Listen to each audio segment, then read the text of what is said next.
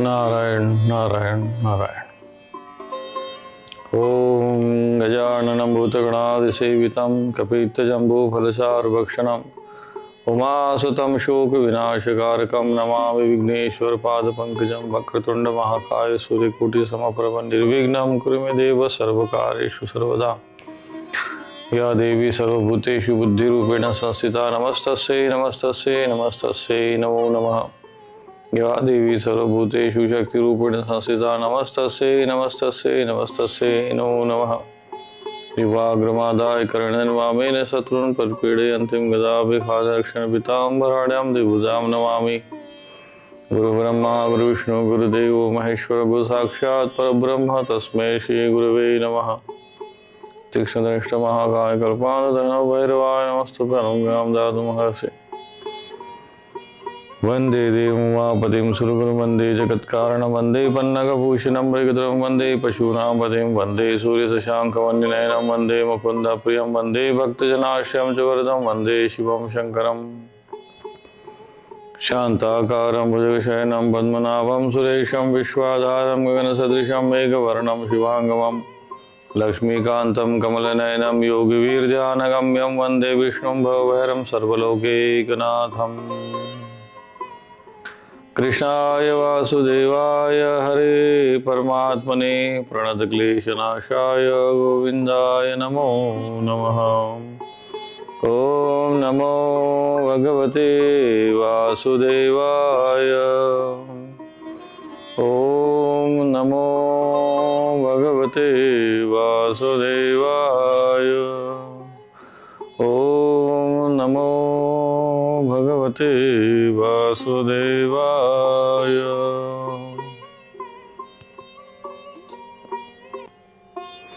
नारायण नारायण नारायण।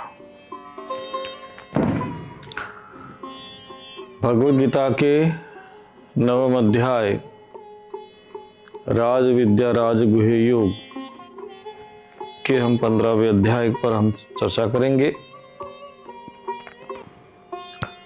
तो इस प्रकार से भगवान यहाँ आसुरी प्रकृति के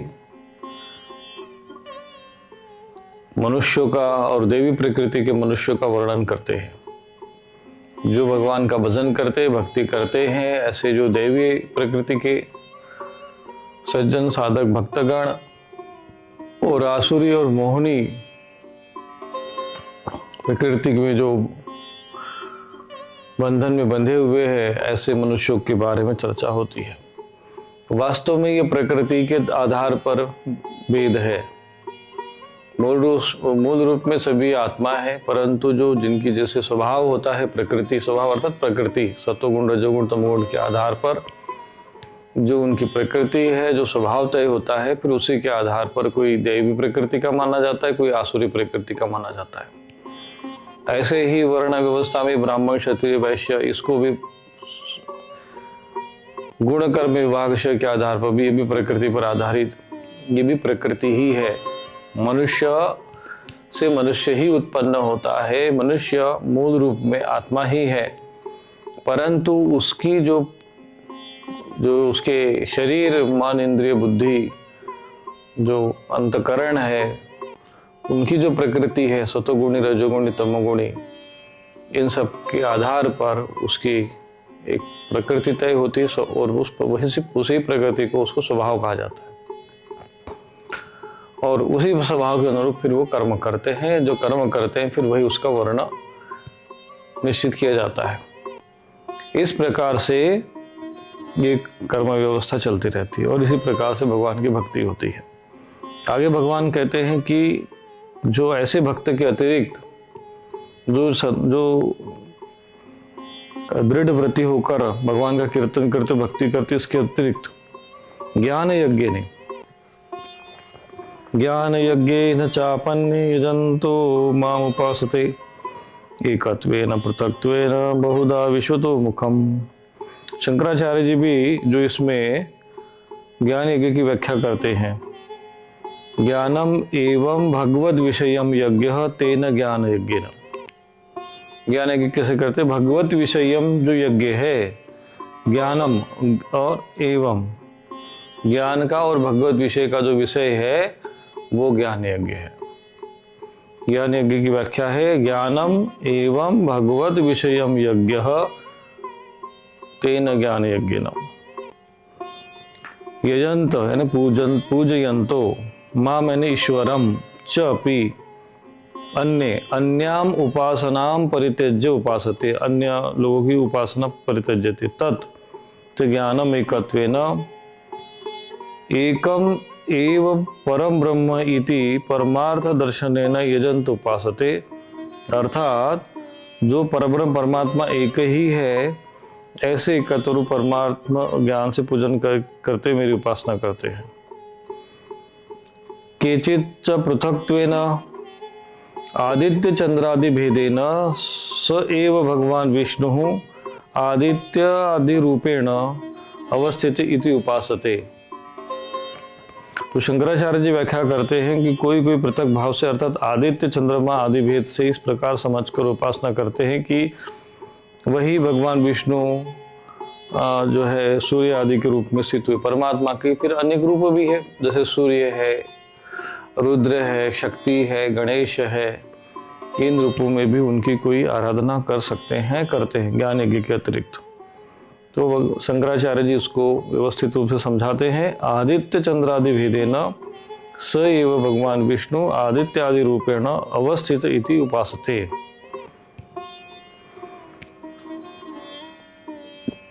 और फिर अन्य है केचित बहुधा अवस्थित स एव भगवान सर्वतोमुखे विश्वतोमुखे विश्वरूप इति तम विश्वरूपम सर्वतोमुखम बहुधा बहु प्रकारेण उपासते। फिर यहाँ कहते हैं कि यदि बहुभिः प्रकार उपासते कथम तो आम, यदि भक्त लोग बहुत से प्रकार से उपासना करते हैं तो वो आपकी उपासना कैसे करते हैं। भगवान यहाँ पर जब प्रश्न आता है तो अर्जुन के मन में जो भाव उठता है, तो यहाँ शंकराचार्य जी कह रहे कि भाई जब आपकी सब विभिन्न प्रकार से आपकी ही उपासना लोग करते हैं, क्योंकि यहाँ प्रश्न भगवद गीता में अर्जुन ने किया नहीं, परंतु अर्जुन के मन में तो भाव था, प्रश्न उठे उसके पहले भगवान उत्तर दे रहे, परंतु यह शंकराचार्य जी वो प्रश्न अर्जुन के मन के भाव को भी समझकर वो प्रश्न यहाँ पे कर रहे कि यदि बहुभिः प्रकार है उपासते कथम त्वाम, यदि भक्त लोग बहुत प्रकार से उपासना करते हैं तो आपकी उपासना कैसे करते हैं, फिर आपकी उपासना कैसे मानी जाएगी। तो भगवान कहते हैं कि देखो अभी मैं किस किस रूप में हूँ और कहाँ कहाँ मेरी विभिन्न प्रकार से उपासना होती है। तो कहते हैं अहम क्रतु अहम यज्ञ सदाहम अहम औषधम मंत्रोहम अहम एवाज्यम अहम अग्नि अहम हुतम। ये देखो अग्नि के रूप में कहते हैं कि भगवान कहते हैं कि स्रोत कर्म भेद अहम यज्ञ स्मार्थ, यानी जो विभिन्न प्रकार के जो कर्म विशेष के यज्ञ हैं वो मैं ही हूँ। अग्नि मैं हूँ, स्वधा मैं हूँ, अहम औषधम, अहम मंत्र भी मैं ही हूँ, घृत मैं हूँ, अग्नि मैं हूँ, हवन रूप क्रिया भी मैं हूँ। ये सब जितने भी क्रिया है, क्रियाकलाप, एक प्रकार जब हम यज्ञ करते हैं तो उस समय एक प्रकार से हम भगवान में भगवतमय हो जाते हैं। उसमें जो घृत है वो भी भगवान है।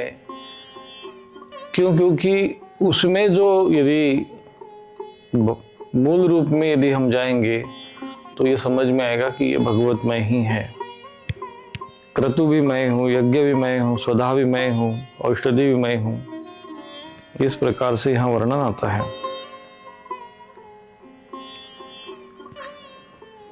क्रतु आदि अर्थात यहाँ कर्म से अर्थ, कर्ता से कहा, यज्ञ कर्ता से इसको अर्थ लिया गया है। पिताहम अस्य जगतो माता धाता पितामहः वेद्यम पवित्रम ओंकारम ऋक्साम यजुरेव च।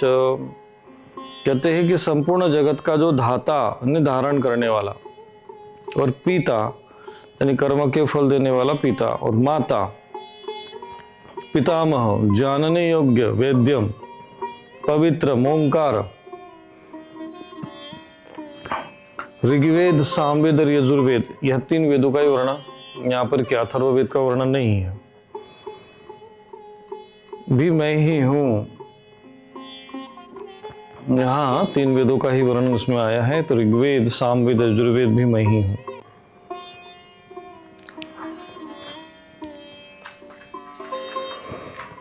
अब इस प्रकार से अब इन्होंने यहाँ चौथे वेद का क्यों वर्णन नहीं किया, वो एक अलग विषय हो सकता है। अब उसमें आगे कहते हैं कि गतिर्भर्ता प्रभु साक्षी निवास शरणम श्रुत प्रभव प्रलय स्थानम निधानम बीजम अव्ययम, प्राप्त होने योग्य परम धाम, भरता भरण पोषण करने वाला, प्रभु सबका स्वामी, साक्षी शुभाशुभ का देखने वाला, सूरज सबका हित चाहने वाला, प्रभव प्रलय यानी उत्पत्ति और प्रलय का कारण, स्थानम स्थिति, निधानम अर्थात संपूर्ण सूक्ष्म रूप में जिसमें लय हो जाते हैं, अव्यय अविनाशी और संसार का कारण भी मैं ही हूँ। बीजम अव्ययम तपाम्यहम अहम वर्षम निगृह्णाम्यत सृजामि च अमृतम चैव मृत्युश्च सदस्याहम अर्जुन। मैं ही सूर्य रूप से तपता हूँ, वर्षा का आकर्षण करता हूँ और उसी से बरसता हूँ अर्जुन। मैं ही अमृत और मृत्यु हूँ और मैं ही सत असत भी मैं ही हूँ। यहाँ पे भगवान जो सर्वम खल्वम इदम ब्रह्म, ये जो हम वाक्य सुनते, श्रुति वाक्य सुनते हैं, उसका वर्णन सीधा कर रहे हैं। तो हरि व्यापक सर्वत्र समाना, ये जो कहते हैं ना सर्वत्र परमात्मा किस रूप में है,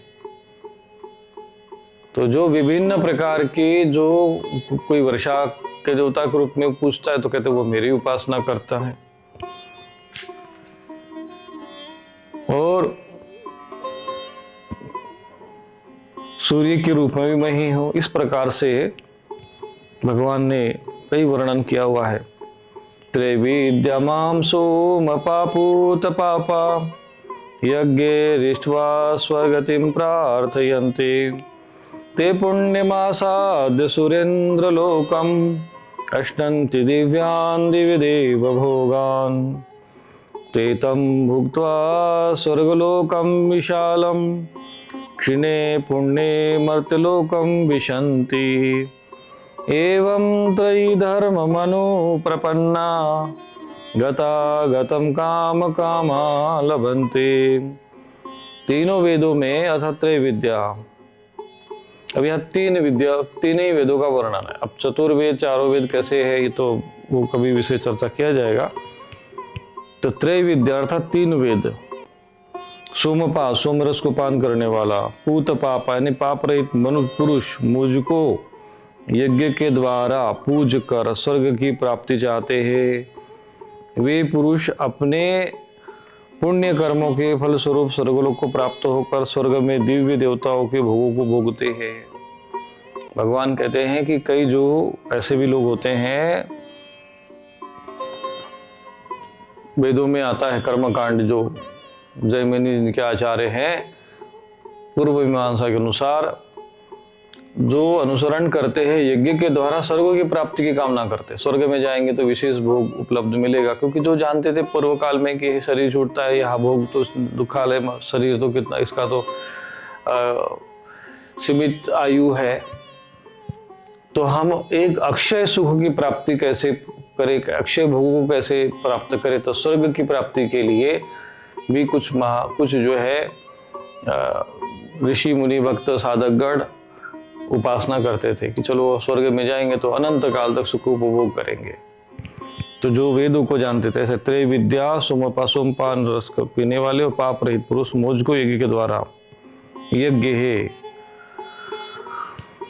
स्वर्ग की प्राप्ति चाहते, प्रार्थयन्ते अर्थात प्रार्थना करते कि हमें स्वर्ग की प्राप्ति हो। ऐसे वेदों में कई ऋचाएं सुक्त आते हैं। तो यहाँ पर ये सिद्ध होता है, भगवान समझो भगवद गीता में कह रहे हैं कि 2 बार यहाँ पर दोनों सिद्ध होते हैं कि यज्ञ के द्वारा भी इस प्रकार की जो देवताओं की आराधना करके, प्रार्थना करके, यज्ञ के माध्यम से आप स्वर्गलोक को भी प्राप्त कर सकते हो, उत्तम लोक को भी प्राप्त कर सकते हो, और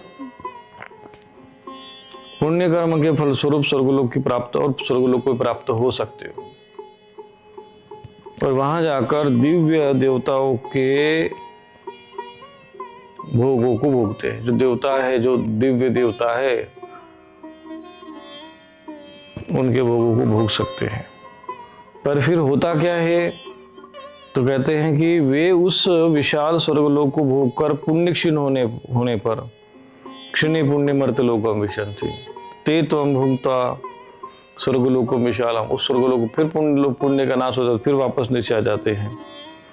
इस प्रकार स्वर्ग के साधन रूप तीनों वेदों में कहे गए त्रय धर्मम, वे सकाम कर्म का आश्रय लेने वाले और भोगों की कामना करने वाले पुरुष बार बार आवागमन को प्राप्त होते हैं। अर्थात पुण्य के प्रभाव से स्वर्ग में जाते हैं, पुण्य क्षीण होने पर मृत्यु लोक में जाते, घूमते रहते हैं यहीं पर भी।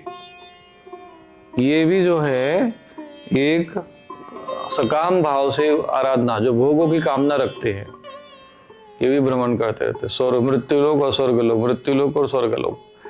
बहुत से लोग यहाँ पर धन कमाते हैं, फिर दान पुण्य करते हैं कि चलो हमें उत्तम गति मिल जाएगी, मृत्यु के बाद लोग स्वर्गलोक में जाएंगे, सुख भोगेंगे। पितरों के निमित्त जो है श्राद्ध तर्पण आदि कर्म करते हैं, ये सब पुण्य कर्म है।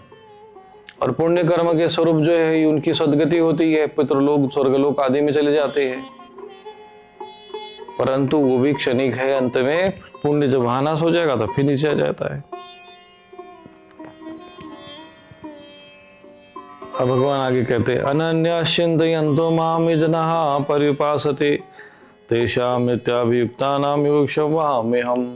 कहते हैं कि जो अनन्य प्रेमी भक्तजन मुझ परमेश्वर को निरंतर चिंतन करते हुए निष्काम भाव से बसते हैं, उस नित्य निरंतर मेरा चिंतन करने वाले पुरुषों का मैं योगक्षेम स्वयं वहन करता हूँ। योगक्षेम का अर्थ होता है अप्राप्त वस्तु की प्राप्ति और जो प्राप्त वस्तु की रक्षा मैं स्वयं करता हूँ, वहन करता हूँ। वहामी, ये वहामी शब्द अत्यंत महत्वपूर्ण है। श्रीधर स्वामी जी ने जब इस विषय पर जब टीका लिखी थी, टीका अर्थ व्याख्या उन्होंने, श्रीधरी टीका भी है भगवद गीता पर, श्रीधर स्वामी जी ने भी उत्तम टीका लिखी है। अनेक दिव्य भक्त ज्ञान मार्ग के, भक्ति मार्ग के ऐसे हुए हैं जिन्होंने उस समय विद्वान भी हुआ करते, भक्त भी हुआ करते थे, विद्वान भी। संस्कृत उस समय एक सामान्य भाषा हुआ करते थे, जैसे आज हिंदी है। तो उस प्रकार से उस समय संस्कृत में भी वो व्याख्या लिखते थे।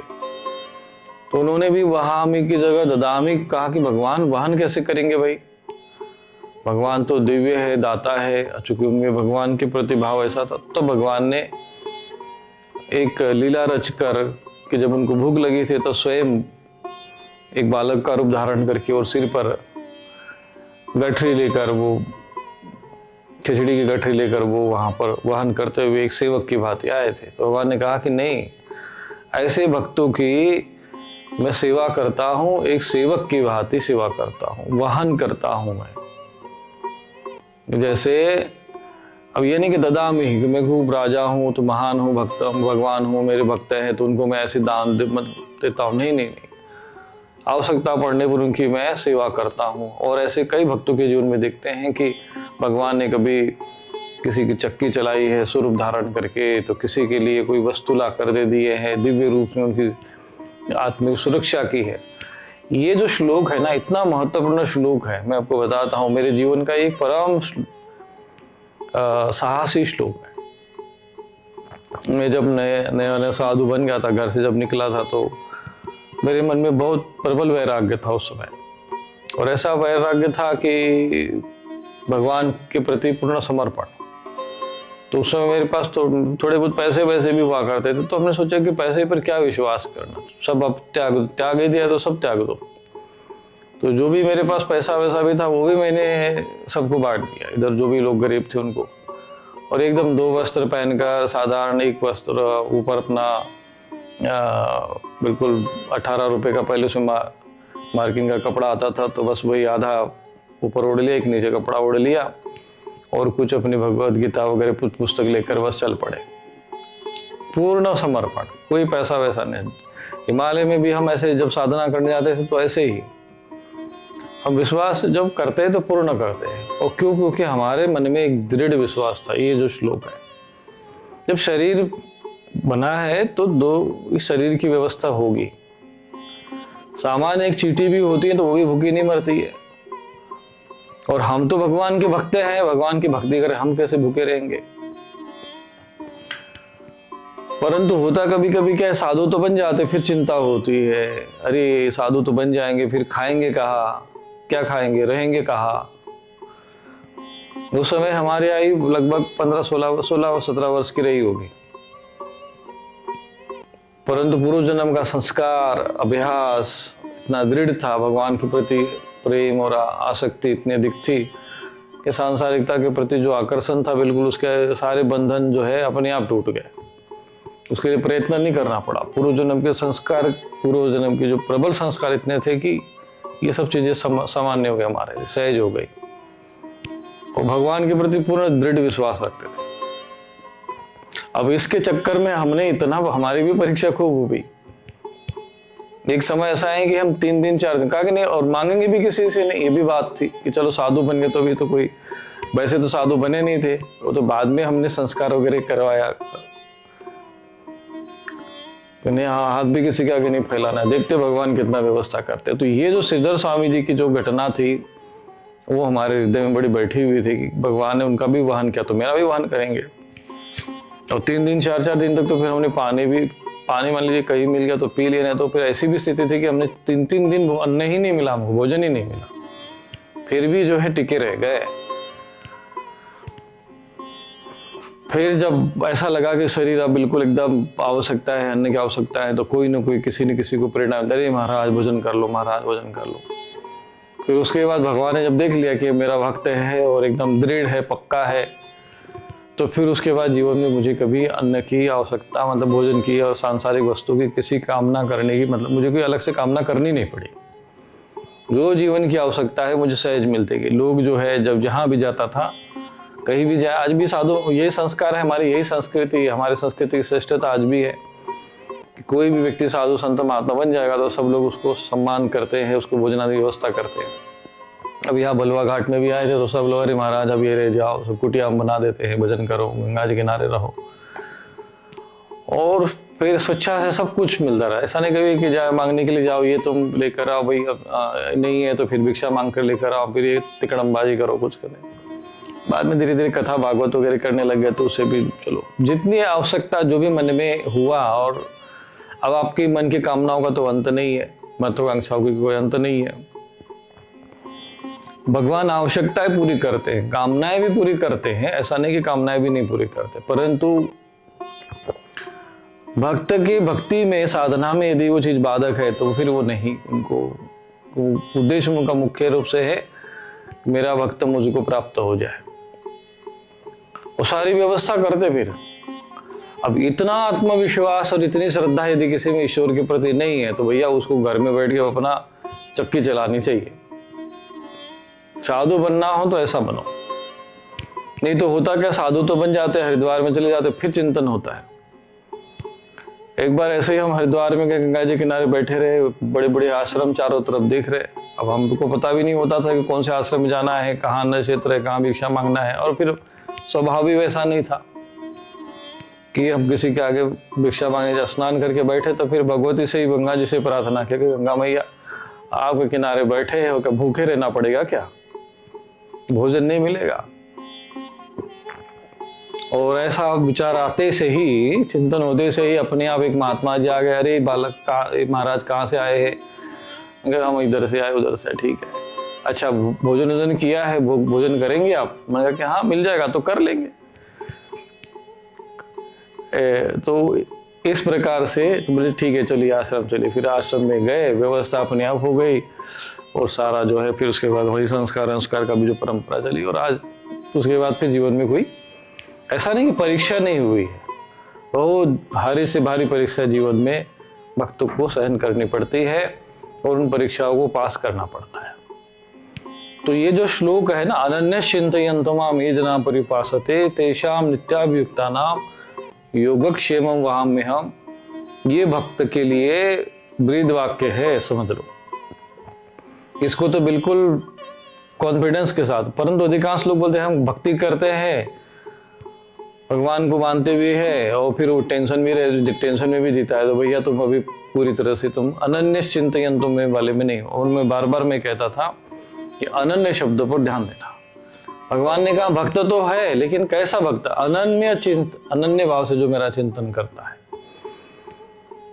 अब ऐसा भी नहीं है कि भाई सब लोग भगवान पे छोड़ के तुम संसारी कर्म करो अपना। भगवान कहते तुम कर्म कर, युद्ध कर, मेरा स्मरण कर, मेरे प्रति शरणागत रहे, मैं ही सब कुछ हूं, मुझे सर्वे सर्वा मान लो। और भक्त वही है जो भगवान को सर्वे सर्वा मान ले।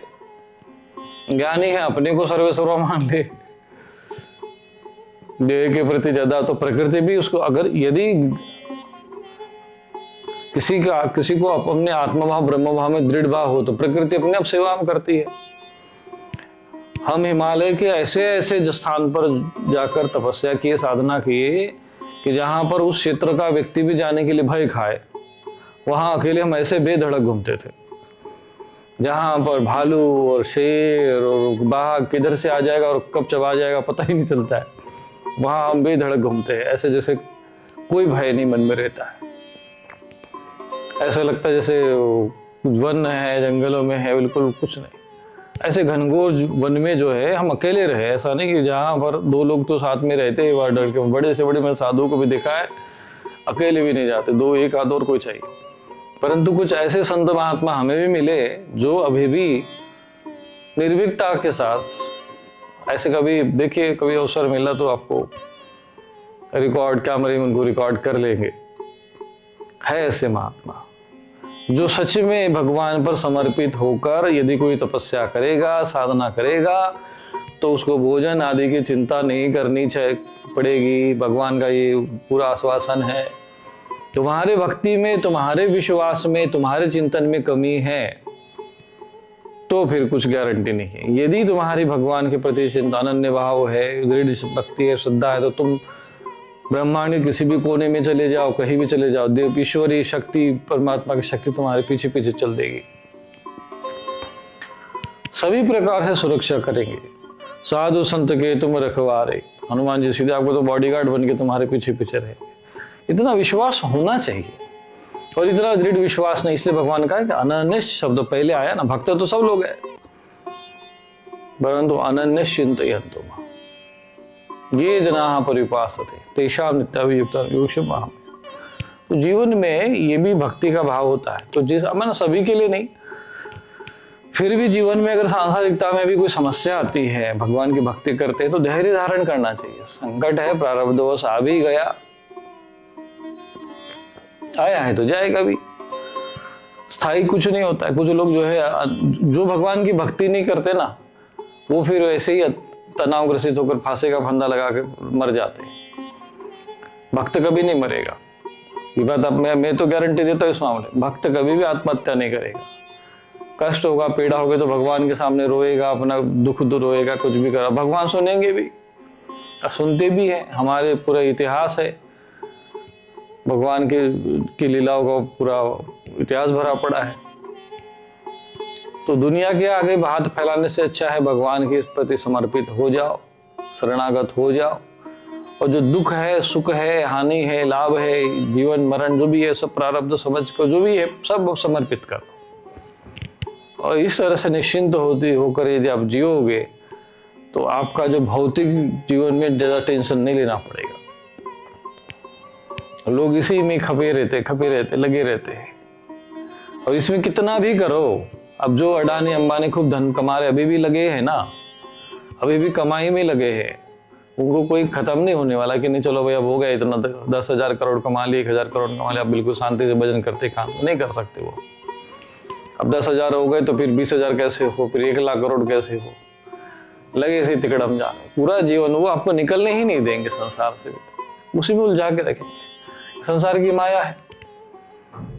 इससे आप ये आप नापतोल बनाकर चलोगे कि नहीं इतना मैं पूरा कर लूँ, इतना कर लूँ, इतना खा लूँ, इतना भोग लूँ, ये देख लूँ, ये बन जाऊं, वो बन जाऊं, फिर भगवान की भक्ति करूंगा, तो कभी जीवन में भक्ति नहीं कर पाओगे। भक्ति तो उसी दिन आरंभ होती है जिस दिन भगवान से बस सब समर्पण होता है, प्रेम होता है, शरणागत हो गए, अब सब सौंप दिया, भगवान को सौंप दिया, और फिर अपने आराधना करो।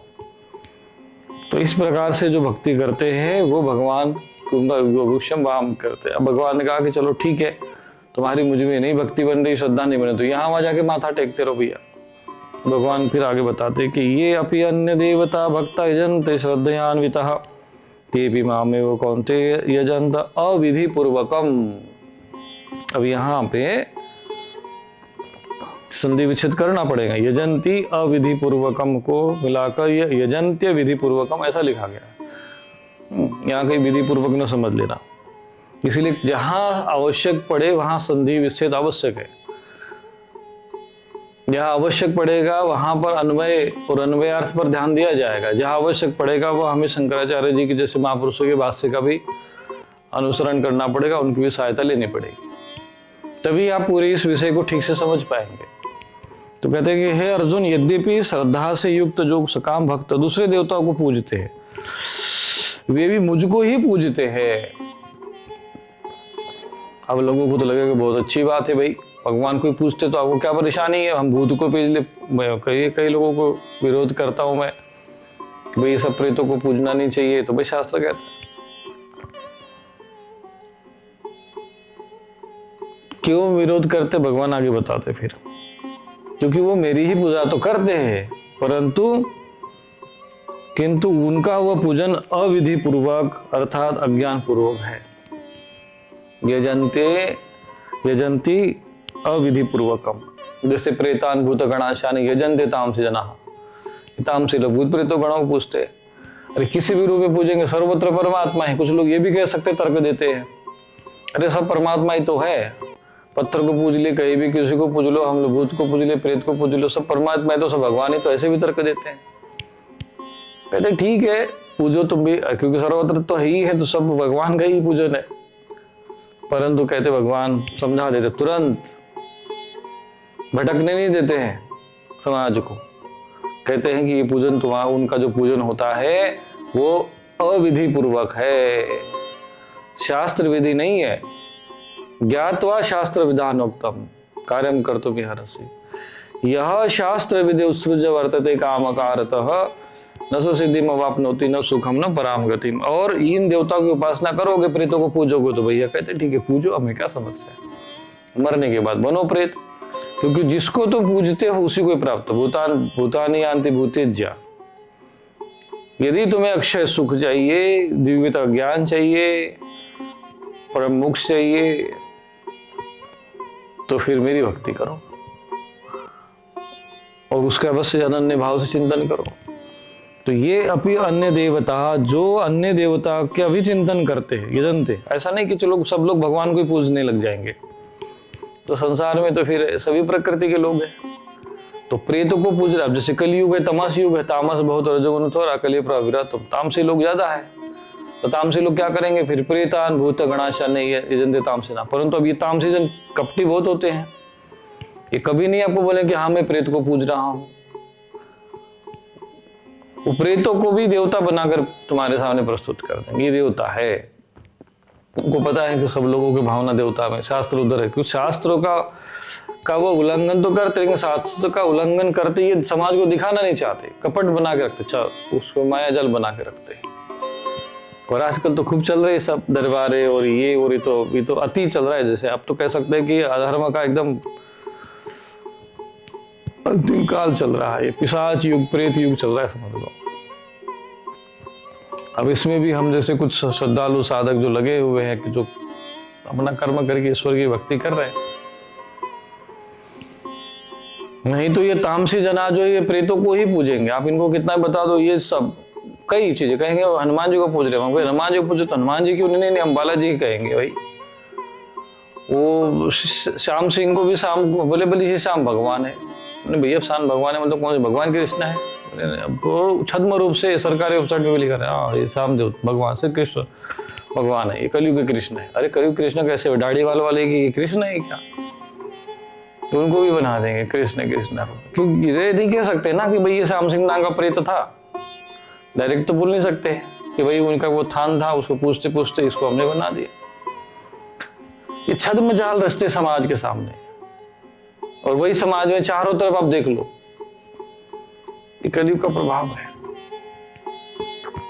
और उसमें भी फिर धर्माचार्य या आचार्य कहते हैं ठीक है लोग ऐसे, फिर वो भी उसी तमस के प्रभाव में वो भी है, वो भी कहते हैं हाँ ठीक है पूज रहे ना सर्वत्र सब भगवान ही तो है, फिर वो ऐसे तर्क देंगे। पर भगवान उनको समझाते कि भाई ये अविधि है, शास्त्र विधि नहीं है, और शास्त्र विधि का उल्लंघन करोगे न स सिद्धिम अवापनोति न सुखम न पराम गति में भी भगवान ने बता दिया। उधर उनका ध्यान नहीं जाएगा। तो चातुर्वर्ण्य मया सृष्टम इतना पढ़ लेंगे और गुण कर्म विभाग से बोले उधर हम नहीं जानते, उधर का श्लोक हम नहीं पढ़ना है हमको, बिल्कुल वो नहीं जानना है हमको। जो हम चातुर्वर्ण्य मया सृष्टम ये उतना तो ठीक है, बाकी का जो है वो हम बताएंगे। अपने कपड़ के जाल फिर यहाँ से बुनना शुरू करते हैं, आगे का नहीं बताएंगे आपको। इस तरीके से समाज को भ्रम करके रखते, बुद्धि भेद उत्पन्न कर देते। भगवान कहते न बुद्धि भेदम जनयात अज्ञानाम कर्म संज्ञाना, बुद्धि भेद मत उत्पन्न करो विचारों को, भटकाते रहते। इस तरीके से सभी जो है ये सब भक्त लोग है किसी न किसी रूप में पूजते हैं। भगवान आगे कहते अहम ही सर्वयज्ञानां भोक्ता च प्रभुरेव च न तु माम अभिजानान्ति तत्वेनाथ च शवन्ति ते। कहते हैं कि हे, क्योंकि संपूर्ण यज्ञों का भोक्ता स्वामी मैं ही हूँ, परंतु वे मुझे परमेश्वर को तत्व से नहीं जानते, इसी से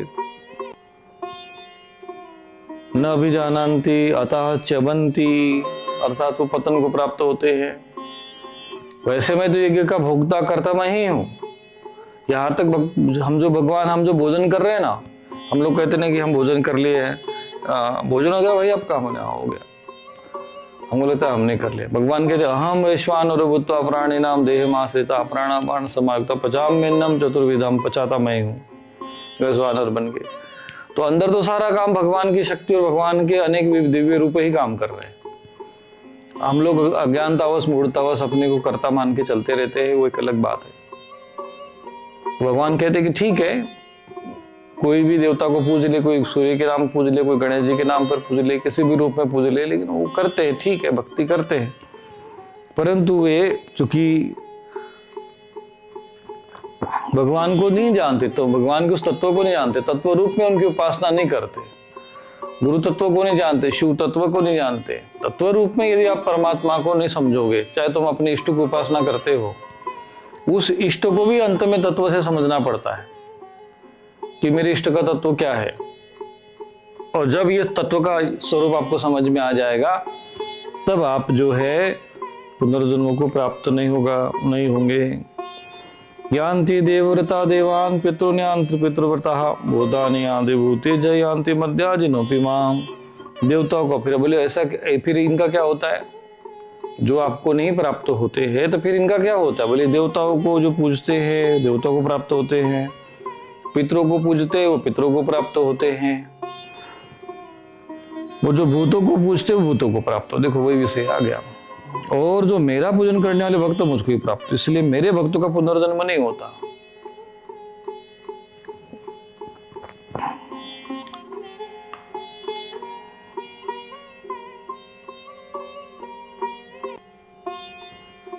इसलिए जो मुझे मेरी भक्ति करते हैं तो मेरे भक्त का पुनर्जन्म नहीं होता। अब देवताओं की उपासना करोगे स्वर्ग में चले जाओगे, स्वर्ग की कामना से इंद्र आदि देवताओं की उपासना करते स्वर्ग लोग तक जाओगे। प्रेतों को पूजोगे, समझ कितना भी छल कपट कर लो, पूछ तो प्रेतों को ही रहे हो ना। अब जो तुम लोग ये समाधिया और ये सब गड़े मुड़े सब ही तो है, ये सब नहीं फलाने बाबा के, सिद्ध बाबा का, फलाना ये बाबा का, वो बाबा का, कितने बाबा खड़े कर लोगे, कितने तुम ऐसा बना लोगे, सब प्रेत है। सबों को पूज रहे हो तुम लोग, सड़े गड़े मुर्दों को पूज रहे हो, तुमको समझ में नहीं आ रहा, बुद्धि में सब तमस भरा पड़ा है। कोई समझाने जाएगा तो उसकी भी तुम्हारी बात बुद्धि में आएगा नहीं, तुम बोलोगे हाँ भाई को सिद्ध बाबा है, पूज रहे, पूजते जाओगे, खूब पूजो इनको। मरने के बाद भगवान कहते जाएंगे भूतानि यान्ति भूतेज, भगवान का वचन ये इधर ही जाते हैं। देवता को पूज ले, देवता को जाएंगे। देवता समझ में नहीं आते, कुछ लोग अपने पितरों को पूछते हैं, तर्पण आदि में कर्मकांड में लगे रहते, उसी में श्राद्ध तर्पण करना एक जीवन का भाग है, नित्य कर्म के अंतर्गत है, परंतु उनमें उनकी वैसा पूर्ण भाव नहीं रहता है, कर्तव्य भाव से कर देते हैं। जैसे हम लोग किसी इष्ट की उपासना करें तो उनके सहायक देवता की उपासना करो, माता पिता की सेवा करो। जैसे कोई सती स्त्री होती, सती साध्वी स्त्री है, तो वो पति के बहाने सभी अन्य जो उनके संबंध है, उनके सास ससुर है, अन्य जो संबंध भाई उनके जो भी देवर आदि है, बहन जो भी है, सब उनकी सेवा करेंगे। उनमें आसक्ति नहीं रहेगी उस महिला में। तो कर्तव्य भाव से तो आप सभी कर्मकांड करो, पर उनमें आसक्ति नहीं होनी चाहिए। आसक्ति हुई तो फिर गए काम, उसी में क्यों नहीं चाहिए। इसलिए नित्य कर्म समझकर आप देव यज्ञ करो, पितृयज्ञ करो, कर्म कांड करो, भाग करो, ठीक है। गृहस्थ जीवन हो गया, समाप्त हो गया, जय राम जी के, भैया हमने कर दिया, सबका हमारा काम खत्म। अब वानप्रस्थाश्रम, संन्यासाश्रम, आत्मज्ञान और भगवान की भक्ति। और भगवान का जो कौन सा स्वरूप, अब ये नहीं कि कृष्ण, यहाँ कृष्ण रूप में यहाँ बात नहीं हो रही है। भगवान ये नहीं करे कि मैं कृष्ण हूँ और ऐसे रूप में, सब रूप बता रहे हैं। भगवान का अनंत स्वरूप जो है, अनंत परमात्मा का स्वरूप है जो सर्वत्र है, सब रूपों में है, उस भगवान की बात हो रही है यहाँ पर। और वो क्या है, तो वो जैसा योग के मार्ग से, भक्ति मार्ग से आप जो है उनकी आराधना कर सकते हो। विशेष रूप से यहाँ पर योग का महत्व दिया है। योग युक्त भवार्जुनम तस्माद् योगी भवार्जुनम, ऐसा करके योग मार्ग पर विशेष भगवान ने जोर दिया, क्योंकि वो शरीर की दृष्टि से विज्ञान, ज्ञान और विज्ञान सहित वो मार्ग है। भक्ति मार्ग में भी होता है, परंतु वो भी, उसकी भी विधि है। परंतु कुछ लोग क्या है, जैसे कृष्ण भगवान, जैसे भगवत गीता मतलब कृष्ण भगवान की गीता, जैसे भगवान कृष्ण सुना रहे भगवत गीता, यहाँ पर भगवान कृष्ण नहीं सुना रहे, कृष्ण उवाच नहीं है यहाँ पर, यह भगवान उवाच है। स्वयं साक्षात परम परमात्मा जो उस समय कृष्ण रूप में थे, विद्यमान थे अर्जुन के समक्ष, वो उपदेश दे रहे। और उन्होंने कहा कि अभी तो मैं कृष्ण रूप में हूं, पहले राम भी था, रुद्र भी था, अनंत काल से सब मुझ में ही समाहित थे, और ये सब कुछ होते हुए मैं ही कभी कभी जन्म लेता हूँ, जब जब धर्म की ग्लानि होती मैं अवतरित होता हूँ, अभी मैं जैसे कृष्ण रूप में आया हूँ। तो वो सर्वव्यापक सर्वत्र परमात्मा जो सर्वव्यापी सर्वांतर्यामी, वो जो परब्रह्म परमात्मा है, वो यहाँ पर मनुष्य रूप धारण करके, तभी तो कहते ना अवजानन्ति मां मूढ़ा मानुषिम तनुमाश्रितम, कि जो मूढ़ लोग, जो मैं तनु, अगर शरीर का आश्रय ले लूं मैं, तो मुझे मूढ़ लोग नहीं जान सकते, क्योंकि वो भी देह भाव को मानते, तो मुझे भी देह समझेंगे। तो इस प्रकार से जो है, जो जानने वाले हैं जानेंगे, भगवान सब लोग, भगवान कृष्ण आए रूप में, शरीर में रूप में आए, लेकिन जानने वाले जानते ही थे, ज्ञानी पुरुष के नहीं, साक्षात परब्रह्म परमात्मा है। अर्जुन को भी भगवान ने अपना रूप दिखाया, दर्शन कराया। तो इस प्रकार से जो है भगवान की भक्ति करना चाहिए। देवताओं की भी आराधना करना करो, ठीक है, परंतु उनमें इतना आसक्त नहीं हो जाना चाहिए, उन्हीं को सर्व समझ लो। स्वर्ग लोक में चले गए तो बस हो गया भैया कल्याण हमारा। ऐसे मूढ़ लोगों की तरह उपासना नहीं करना चाहिए। शास्त्र विधि के अनुसार भगवान कहते हैं यजंती अविधि पूर्वकम, पूछते तो है, ठीक है, वहां फिर आगे अविधि पूर्वक, इसलिए क्या है, देवता रूप में भी मैं ही हूं, परंतु जब देवता रूप में है तो देवता रूप में ही ना तुम्हें फल दूंगा। जहां तक जो विधि से पूजन करोगे, जहां तक उदान सिद्धांत से करोगे, उतना ही फल मिलेगा। तुमने इंद्र से, इंद्र रूप में मेरी उपासना, इंद्र रूप, जो इंद्र के रूप में सामर्थ्य होगा वही मिलेगा।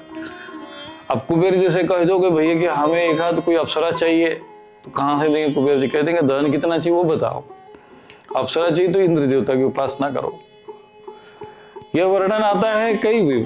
अब जैसे आपको ना रोग है तो अश्विनी कुमार की उपासना करो, भागवत महापुराण में ऐसा कई वर्णन आता है किसकी उपासना करना चाहिए। करो, कितने सारे देवताओं को पूजोगे, और पूछते भी है सकाम भाव से, कामनाओं के वसीभूत होकर खूब पूछते हैं। किसी फिर तो तामसी लोग भी होते हैं कि शराब, फिर मसान देवता, तो फिर प्रेतराज, तो फिर भैरव देवता, तो फिर इसको शराब पिलाओ तो उसका बकरा चढ़ाओ, वो भी करते। तो वो ज्यादा चल रहा है आजकल, कलयुग की तमस्या के कारण। खूब पूज रहे, खूब खेल रहे, खूब कूद रहे, खूब नाच रहे। भगवान कहते ये सब अविधि पूर्वक है, ये सब दुर्गति को प्राप्त, भूतानी आंती जय, भूत को प्राप्त हो जाओगे। भाई तुमको कहाँ जाना है पहले तय कर लो, मरने के बाद क्या भूत प्रेत बनना है? तो बनना है तो स्वेच्छा से भैया, बड़ी अच्छी बात है, स्वतंत्र हो तुम, कर्मण्येवाधिकारस्ते। खूब भूत प्रेत पूजो, खूब शराब चढ़ाओ, खूब बकरे चढ़ाओ।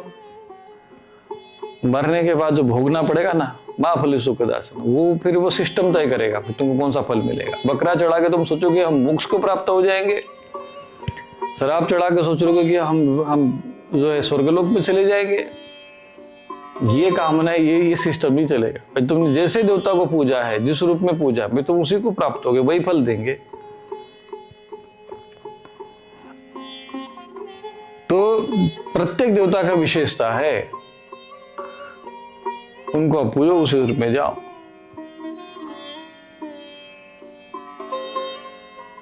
तो जैसा जैसा है, अब जैसे हनुमान जी है,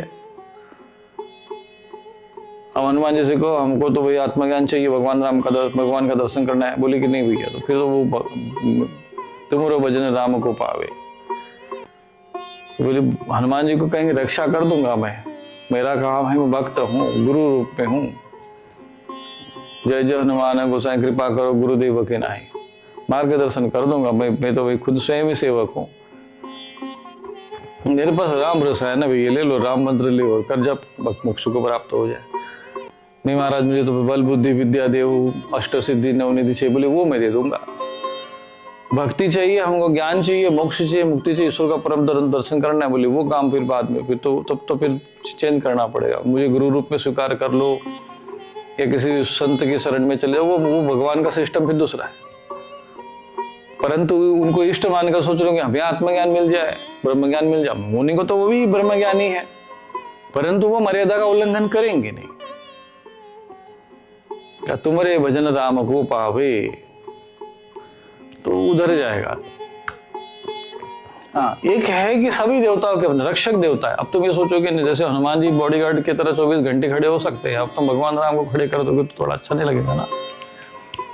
अब फिर भी ऐसा नहीं कि भगवान राम तुम्हारी रक्षा भी नहीं कर, राम रक्षा स्तोत्र पढ़ोगे तो भी खड़े हो जाएंगे सूक्ष्म रूप में सुरक्षा करने के लिए।